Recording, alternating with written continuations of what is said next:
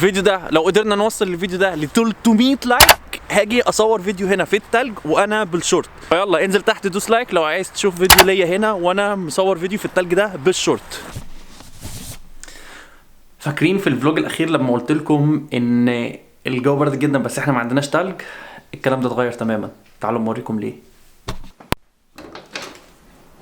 النهارده الصبح صحيت لقيت التلج بالمنظر ده.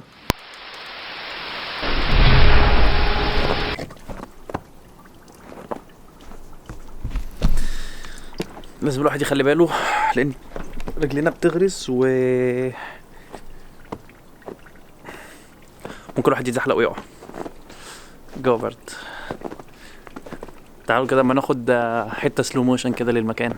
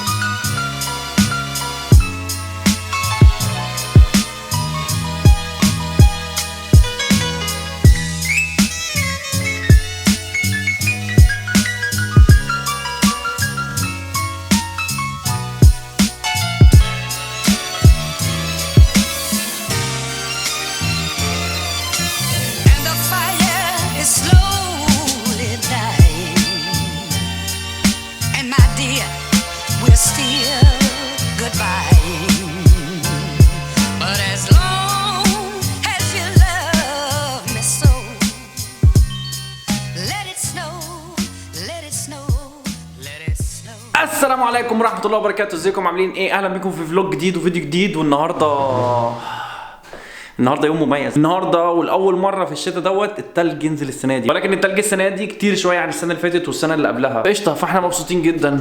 النهارده اولا طبعا هاخدكم في جولة في الشوارع بقى اثناء وجود التلج، وهنقابل ثانية واحدة عشان الإضاءة.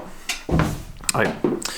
وهنقابل حد هنقابله لاول مره، محمود. انا قابلته قبل كده مره واحده لمده حوالي 15 دقيقه، ومحمود كنت اتعرفت عليه عن طريق الفلوجز. كان حد من الناس اللي بيتابعوني على اليوتيوب، وبعد كده اتكلمنا على الانستجرام واتقابلنا مره، والنهارده تاني مره هنتقابل فيها ان شاء الله، وهنقضي اليوم بره مع بعض. ويلا بينا خلينا نبدا على طول عشان نلحق كده بقى التلج اللي في الشوارع قبل ما يسيح، عشان نشوف الشوارع بيبقى شكلها عامل ازاي. يلا بينا.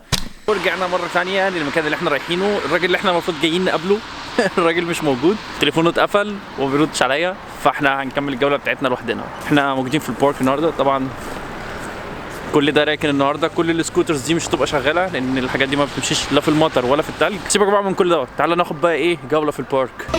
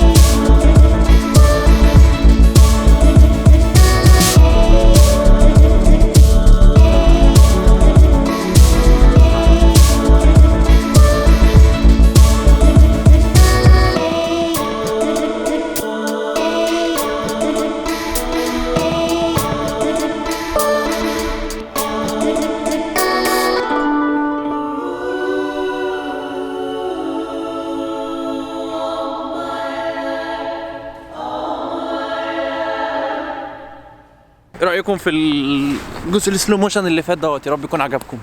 الجو مش برد قوي برضو، يعني الجو مش برد كالعادي اللي هو في الايام العاديه. طبعا زي ما انتم شايفين كده في ناس كتير في البارك، وفي ناس بتلعب رياضه، وفي ناس بتجري. من كام يوم لا كان في مطر ولا كان في تلج، وكان الجو فظيع فظيع فظيع، كان استحاله الواحد يخرج بره باب البيت. ومع ذلك الجو النهارده حلو، لان لما التلج والمطر بينزل الرطوبه بتختلف، فاحساسك انت بالبرد كمان بيختلف. فبصراحه لا، الواحد الحمد لله تمام النهارده. 1 hour later.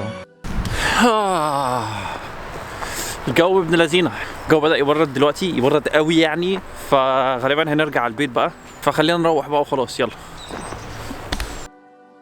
كان في دايما سؤال بيجيلي من الناس، امتى هبدأ دراسة في الجامعة؟ لان انا كنت قلت ان انا لحد شهر 1 انا هبقى مستمع في الجامعة، والمفروض ان انا هبدأ دراسة في شهر 2، ولكن في تغيير كبير حصل، وان انا سحبت ملفي من الجامعة، وان انا مش هكمل في الجامعة ال6 شهور الجايين. والسبب دوت هو ان انا خسرت شغلي. اللي حصل ان 31 ديسمبر الشركه اللي انا كنت شغال فيها وهي شركه اوت سورس خسرت العقد بتاعها مع الشركه الكبيره، فبالتالي انا خسرت الشغل بتاعي. اللحظه دي كان قدامي اختيارين، واحد منهم ان انا ادور على شغل اللي انا حابه وانا عايز اشتغل فيه زي الشغل اللي انا كنت شغاله السنه اللي فاتت دي كلها، وده هيسهل لي فرصه ان انا اكمل دراسه في الجامعه، ولا ادور على شغل يكون مرتبط بالشغل اللي انا احب اعمله في المستقبل ويساعدني ان انا احط رجلي في المكان ده دلوقتي وابدا النهارده. لان زي ما كنت قلت من اهدافي في 2019 ان انا ابدا اشتغل في مجال الديجيتال ماركتنج، وانا فعلا بقالي فتره كنت بدور على حاجه في الديجيتال ماركتنج، ولكن كل مره كان بتقابلني عقبه كبيره جدا، ان انا معيش شهاده